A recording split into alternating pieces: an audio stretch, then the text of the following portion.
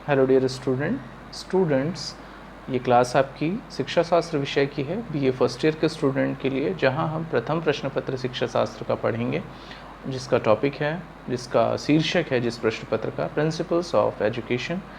और हमारा आज की कक्षा का टॉपिक है role of school in education. इसके पहले हम लोगों ने जो टॉपिक पढ़ा था वहाँ हमने पढ़ा था role of family in education, और आज का जो हमारा टॉपिक है इसमें हम पढ़ेंगे role of school in education, अर्थात स्कूल का क्या रोल है हमारी शिक्षा व्यवस्था में। और ये क्लास आपकी नंबर 14 है, लेक्चर नंबर 14 है। Okay student, so let's to begin start.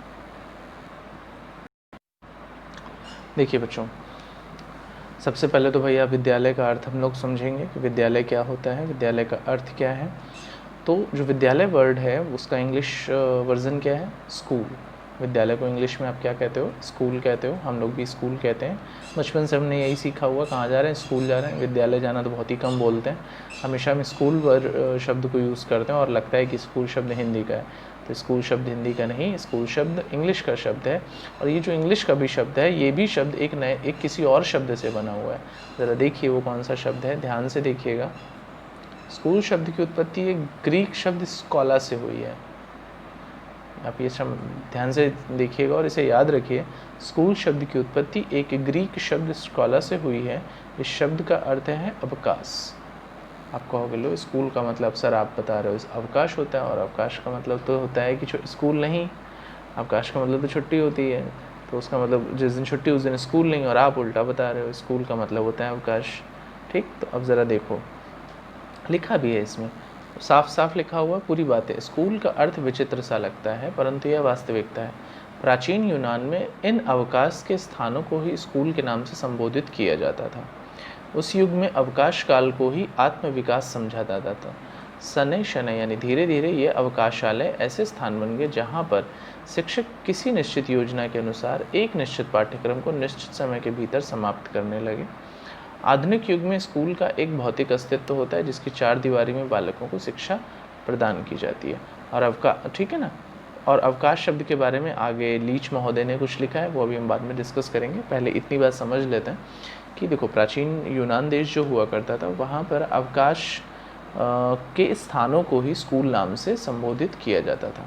देखो, अवकाश को उसमें जो प्राचीन यूनान देश के जो लोग हुआ करते थे बहुत ही पढ़े लिखे समझदार दार्शनिक प्रवृत्ति के हुआ करते थे। तो वहाँ पर एक उन लोगों में एक जिज्ञासा होती थी किसी भी चीज़ को लेकर। तो जब कभी वो लोग फ्री होते थे अपने काम से तो किसी एक जगह पर इकट्ठा होते थे, और वहाँ पर जो भी व्यक्ति जिस क्षेत्र से संबंधित होता था उस क्षेत्र से रिलेटेड अगर किसी के मन में कोई प्रश्न होता था तो वो उससे वो प्रश्न पूछता था और वहाँ पर वो उसका उत्तर देता था, या ये समझ लीजिए जिसे उसका उत्तर पता होता था वो उसका उत्तर देता था। इस तरीके से डिस्कशन चलता था। ठीक है, नई नई जानकारियाँ निकल कर सामने आती थी। ठीक है, तो ये चीज़ें वो लोग लगातार हमेशा करते रहते थे। तो अर्थात ये कहने का मतलब है कि जब वो फ्री होते थे तब वो ऐसा काम करते थे। यानी कि लीज़र का मतलब होता है अवकाश, बिल्कुल फ्री टाइम। उस टाइम पर वो जब जिस जगह पर बैठकर अपना डिस्कशन कर रहे होते थे तो उस जगह को उन्होंने स्कॉला शब्द से बोलना शुरू कर दिया, और स्कॉला आगे चलकर स्कूल बन गया। ठीक है ना। तो देखिए यहाँ पर कुछ और लिखा है। लीच महोदय कहते हैं कि वाद विवाद या वार्ता के स्थान जहाँ एथेंस के युवक अपने अवकाश के समय को खेल कूद, व्यायाम और युद्ध प्रशिक्षण में बिताते थे, धीरे धीरे दर्शन तथा उच्च कक्षाओं के स्कूल में बदल गए।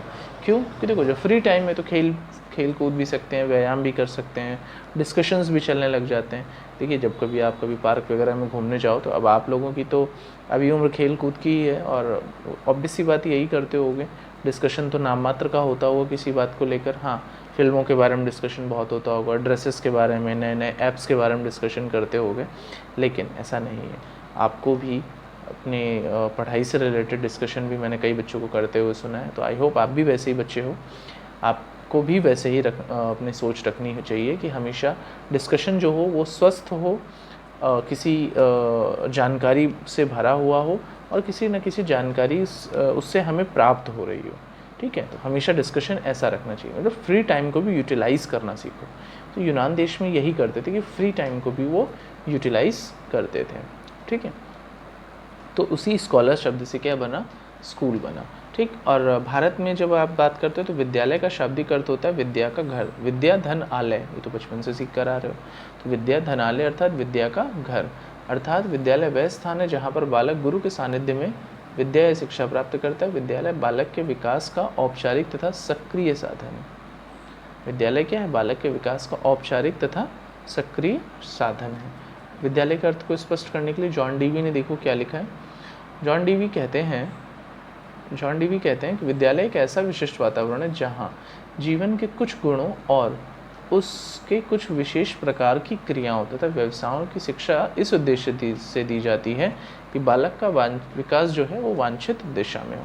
अर्थात विद्यालय को एक ऐसा वातावरण बताया जहाँ जीवन के कुछ गुणों और कुछ विशेष प्रकार की क्रियाओं तथा व्यवसायों की शिक्षा इस उद्देश्य से दी जाती है कि बालक का जो विकास है वो कैसा हो? वांछित दिशा में हो, या जिस तरफ हम चाहते हैं उस तरफ उसका विकास हो, उस डायरेक्शन में उसका विकास हो। ऐसा जॉन डीवी महोदय कहते हैं। ये परिभाषा बहुत इंपॉर्टेंट है, एग्जाम्स में कई बार पूछी जा चुकी है, तो इसे याद रखिएगा। आगे बढ़ते हैं। डेवलपमेंट ऑफ स्कूल, विद्यालय का विकास कैसे हुआ? देखो, विद्यालय का विकास कैसे हुआ, यहाँ देखो, मनुष्य का जीवन अपनी प्रारंभिक अवस्था में असुरक्षित और अस्त था। बालक निरीक्षण, अनुभव, अनुकरण से सीखता था। जैसे जैसे सभ्यता और संस्कृति का विकास हुआ वैसे वैसे मनुष्य में जो ज्ञान था उसमें वृद्धि हुई। बालक को समाज का उपयोगी सदस्य बनाने में परिवार पूर्ण सहयोग देने में असमर्थ हो गया। क्यों? क्योंकि देखो, परिवार में सभी लोगों को काम करना होता था, तो मतलब अपनी जीविका चलाने के लिए कार्य भी करना होता था, तो बच्चे पर उतना ध्यान नहीं दिया जा सकता था। तो उसलिए कुछ लोग उसके लिए आगे आए कि लाइए मैं आपके बच्चों का ध्यान रखूँगा, आप यहाँ हमारे पास इसे छोड़ जाइए, इसके बदले में कुछ मुझे पैसे वगैरह दे दीजिएगा। तो उसी तरीके से ये चीज़ें बढ़ने लग गई और धीरे धीरे इन्होंने विद्यालय का रूप लेना शुरू कर दिया। ठीक है, तो परिवार के संगठन में परिवर्तन, यहाँ पर ये सारी बातें वही लिखी हुई हैं कि माता पिता के पास समय न होने के कारण वो पाठशालाओं में उनको छोड़कर आने लगे, ऐसी चीज़ें हैं। तो इस तरीके से स्कूल का विकास हुआ, स्कूल अस्तित्व में आया और आज उसका यही उद्देश्य है कि माता पिता बच्चे को जैसे ही वो 3 साल का 4 साल का होता है और उसका सीधा काम होता है कि उनको स्कूल भेजना है। स्कूल भेज दिया, बच्चा वहाँ सीखेगा, सब कुछ करेगा, और घर पे भी जितना समय माता पिता को मिलता है उतना समय माता पिता बच्चे को दे रहे होते हैं, क्योंकि पूरा समय दे पाना प्रैक्टिकली थोड़ा सा इम्पॉसिबल हो जाता है, लेकिन कुछ हद तक तो हम समय उसको दे ही सकते हैं। तो इसीलिए औपचारिक और अनौपचारिक दोनों संस्थाएं या दोनों अभिकरण बालक की शिक्षा के लिए बहुत इम्पॉर्टेंट है, जो कि हम पहले की क्लासेस में पढ़ चुके हैं कि औपचारिक अभिकरण और अनौपचारिक अभिकरण। क्योंकि विद्यालय तो औपचारिक हो गया और घर हमारा अनौपचारिक हो गया। ठीक है, आगे देखते हैं। विद्यालय का महत्व, आवश्यकता तथा उपयोगिता। तो विद्यालय का क्या महत्व है भाई? देखो, सबसे पहला महत्व सभ्यता तथा संस्कृति का विकास। ठीक है, तो विद्यालय का महत्व है ये कि विद्यालय में हम सभ्यता क्या होती है, संस्कृति क्या होती है, इसको हम सीख रहे होते हैं। कैसे सीखते हैं? क्योंकि हमारे साथ विद्यालय में कई अलग अलग परिवारों के छात्र होते हैं, विभिन्न संस्कृतियों को मानने वाले छात्र होते हैं। ठीक है, विभिन्न धर्मों के मानने वाले छात्र होते हैं। हम उन सबके साथ मिलजुल कर पढ़ रहे होते हैं और हम शिक्षक हम सभी छात्रों को एक ही नज़र से देखते हैं और एक ही समान मानते हुए पढ़ाते हैं। तो जिससे और साथ ही साथ हमें सभी संस्कृतियों, सभी सभ्यताओं, सभी धर्मों का आदर करना भी सिखाते हैं। आगे, शैक्षिक वातावरण की व्यवस्था। विद्यालयों में शैक्षिक वातावरण की व्यवस्था की जाती है, व्यक्तित्व का सर्वांगीण विकास किया जाता है। देखिए, अब ये जो टॉपिक के बीच में जो कंटेंट लिखा है ये आपको स्वयं से पढ़ना है, ये याद रखिएगा आप। ठीक, उस व्यक्तित्व का सर्वांगीण विकास में भी विद्यालय हमारा बहुत ही सहायता करता है और बहुत ही इम्पोर्टेंट रोल प्ले करता है। ठीक, आगे देखिए। घर तथा समाज को जोड़ने वाली कड़ी है, यानी विद्यालय क्या करता है? घर और समाज को एक करता है। ठीक, घर और पाठशाला दोनों क्या है? समाज के अंग हैं और दोनों में परस्पर सहयोग होना आवश्यक है। ठीक, इसी में जॉन डीवी ने कहा है कि पाठशाला को वास्तव में घर का विस्तृत रूप होना चाहिए। बिल्कुल, जो पाठशाला है वो घर का एक दूसरा रूप होता है हमारे लिए, कि घर से निकलकर हम पाठशाला में जाते हैं, बस वहाँ पर हमारे परिवार के जन ना होकर हमारे अन्य छात्र छात्रा एवं सहपाठी होते हैं। ठीक, इसी संदर्भ में रेमंड ने कुछ कहा है। देखिए, रेमंड महोदय ने लिखा है कि विद्यालय बाह्य जीवन के बीच अर्ध पारिवारिक कड़ी है जो बालक की उस समय प्रतीक्षा करता है जब वह अपने माता पिता की छत्र छाया को छोड़ता है। अर्थात माता पिता से दूर आकर कहाँ पर सीखता है बालक आकर? अपने विद्यालय में। ठीक है, और देख लेते हैं विद्यालय की विशेषताएं। विद्यालय एक विशिष्ट वातावरण से युक्त स्थान होता है। बिल्कुल सही बात है, एक विशिष्ट वातावरण होता है। कैसा? जैसे सभी शिक्षक बच्चों को एक साथ एक समान मानते हुए पढ़ाते हैं, सभी बच्चों को एक जैसी शिक्षा, एक जैसा ज्ञान दिया जाता है। ठीक है, किसी भी गलत बात का, गलत तरीके का परिवेश, गलत आचरण वहाँ पर नहीं सिखाया जाता। ठीक, नेक्स्ट है विद्यालय केवल ज्ञान प्राप्ति का स्थान नहीं है। विद्यालय में सिर्फ और सिर्फ ज्ञान नहीं मिलता, विद्यालय में आचरण, सभ्यता, संस्कृति, ठीक है, बोलचाल और हमारा मानसिक विकास, हमारा बौद्धिक विकास, बहुत सारी चीज़ें हो रही होती हैं विद्यालय में। तो विद्यालय सिर्फ और सिर्फ ज्ञान प्राप्ति का स्थान नहीं कहा जाना चाहिए। ठीक, विद्यालय देखो जैसे कि माध्यमिक शिक्षा आयोग ने भी लिखा है, विद्यालय बड़े समुदाय में छोटा समुदाय है। ठीक, देखो विद्यालय में एक और चीज़ होती है, क्या होता है? हम का भाव होता है। क्या होता है?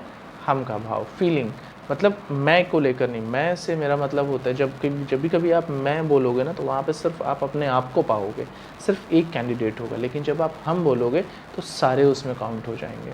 तो जो हम का भाव होता है वो हमें विद्यालय में ही सीखने को मिलता है, यानी कि सहयोग की भावना विद्यालय में हमें एक साथ मिलती है। जहाँ पर विद्यालय में बालक विभिन्न जाति धर्म के जो बालक होते हैं एक साथ मिलजुल कर शिक्षा ग्रहण कर रहे होते हैं, एक साथ मिलजुल कर भोजन वेला में भोजन करते हैं, प्रार्थना करते हैं, खेलते कूदते हैं, तो उन सब में एक दूसरे में क्या हेल्पिंग बिहेवियर की नींव पड़ती है। एक दूसरे के लिए हेल्पफुल होते हैं, सीखते हैं कि कैसे हमें एक दूसरे के साथ मिलजुल कर समाज में कैसे जीना है, और कैसे हम विद्यालय में जिस तरह से वो सीख रहा होता है या जिस तरह से माहौल और परिवेश उसे विद्यालय में मिल रहा होता है, वैसा ही परिवेश वो, वैसे ही रिएक्ट, वैसे ही बिहेवियर वो बाहर निकलकर समाज में भी करते हैं। ठीक है ना? चलिए आगे देखते हैं। विद्यालय के कुछ प्रमुख कार्य होते हैं। विद्यालय समाज का निर्माण करता है और विद्यालय में दी जाने वाली शिक्षा के उद्देश्यों का निर्धारण भी समाज की आवश्यकता के अनुसार किया जाता है। अर्थात जो शिक्षा के जो उद्देश्य हैं उनका जो निर्धारण भी कहाँ होता है? समाज की आवश्यकता के अनुसार होता है। अर्थात समाज की जैसी आवश्यकता है उसके अनुसार ही उनका निर्माण या विद्यालयों का निर्माण किया जाता है। जैसे कि कृषि प्रधान समाज है तो वो विद्यालय में ऐसी शिक्षा व्यवस्था रखेंगे जिससे कृषि जो उनका सिस्टम है वो फले फूले, उसमें उन्नति हो। ठीक है, जो उद्योग प्रधान समाज है तो वो अपने विद्यालयों में ऐसी शिक्षा व्यवस्था करेंगे कि उद्योगों में उनके जो छात्र हैं पढ़ लिख कर आगे बढ़ें और उद्योगों में और अच्छा कार्य करें। ठीक है, देखिए इसमें इन कार्यों को दो भागों में बांटा है यहाँ पर। वैसे तो व्यक्तिगत विकास संबंधी कार्य और सामाजिक विकास संबंधी कार्य। व्यक्तिगत विकास में देखिए क्या है, सामाजिक शारीरिक परीक्षण और मानसिक परीक्षण है, ये व्यक्तिगत विकास है। पर्सनली बच्चे का डेवलपमेंट जो होता है, इंडिविजुअल डेवलपमेंट, उससे रिलेटेड है। ठीक, साथ ही साथ चारित्रिक प्रशिक्षण, ये भी इम्पॉर्टेंट है। व्यावसायिक परीक्षण, तो ये जो विकास हैं ये सब क्या हैं? ये व्यक्ति के जो इंडिविजुअल डेवलपमेंट हैं, अर्थात उसके व्यक्तिगत हैं। और सामाजिक संबंधी कार्य क्या हैं? सामाजिक विकास से संरक्षण का कार्य, प्रगतिशील कार्य। ठीक है, तो ये जो कुछ कार्य हैं ये समाज से संबंधित कार्य हैं। ठीक है स्टूडेंट्स, ठीक है। तो इस तरीके से आप इन डिटेल्स को देखो, डिटेल्स मैंने सारी नहीं बताई हैं, सारी नहीं पढ़ी हैं, बस मैंने उन टॉपिक्स को, उन चीज़ों को आपके सामने एक्सप्लेन करने का कोशिश किया हुआ है, प्रयास किया है। आपका कार्य क्या है, जो मैंने डिटेल दी है इसको आप बाकायदा एक एक करके आराम से इसे पढ़ो, समझो ज़रूर। ठीक है, और साथ ही साथ जैसे मैंने वीडियो में आपको, क्लास में आपको ने इसमें जैसे मैंने कोई चीज़ समझाई और मैं आगे बढ़ गया, तो आप वहाँ पर पॉज कर सकते हो। पॉज करके आराम से उसे पढ़ो उस कंटेंट को, फिर उसके बाद आप मेरी बातों को भी सुनो और आगे भी बढ़ो। एक बार पूरा लेक्चर सुन लो, उसके बाद में वॉइस को म्यूट करके आराम से एक एक करके भी पढ़ सकते हो। तो थोड़ा टाइम दो। देखो छोटे छोटे वीडियोस आपको जो दिए जा रहे हैं, छोटी छोटी जो टाइम ड्यूरेशन है, उससे फ़ायदा ये है कि आप एक ही चीज़ को कई बार रिपीट करके देखो। इस वजह से छोटे छोटे ये टाइम ड्यूरेशन के वीडियोज़ आपको दिए जा रहे हैं। ओके स्टूडेंट्स, तो आपको ये चीज़ें याद रखनी है। एक ही क्लास को आपको कम से कम 2 से 3 बार देखना है, जिससे कि आपका कॉन्सेप्ट क्लियर हो सके। ओके स्टूडेंट्स, तो चलिए आज की क्लास में हम लोग इतना ही रखते हैं। नेक्स्ट क्लास में एक नए टॉपिक के साथ मिलेंगे, तब तक के लिए धन्यवाद।